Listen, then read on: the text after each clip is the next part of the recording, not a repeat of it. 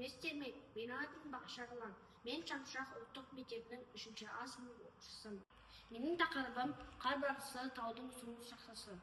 Бүгін мен сіздерге осы ерекше жануар туралы айтып беремін.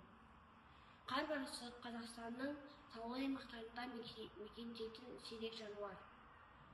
Ол Іле, Алатауы мен Тянь-Шань тауларында өмір сүреді. Қазіргі кезде оның саны азайып бара жатыр. Себебі заңсыз аулау және табиғи ортасының бұзылуы. Өзектілігі. Бұл мәселе өте маңызды. Себебі қар барысы Қазақстанның табиғат тепе-теңдігін сақтайтын аң. Егер ол жойылып кетсе, таудағы басқа жануарлардың саны өзгеруі мүмкін.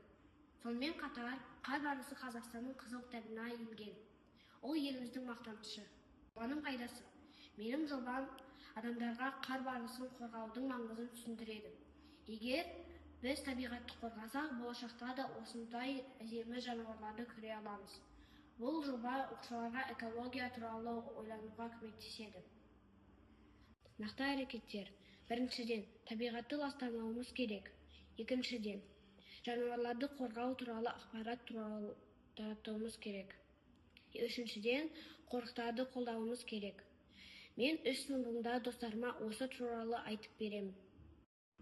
Қар барысы біздің байлығымыз, оны қорғау әрқайсымыздың міндетіміз. Табиғатты бірге қорғайық. Рахмет.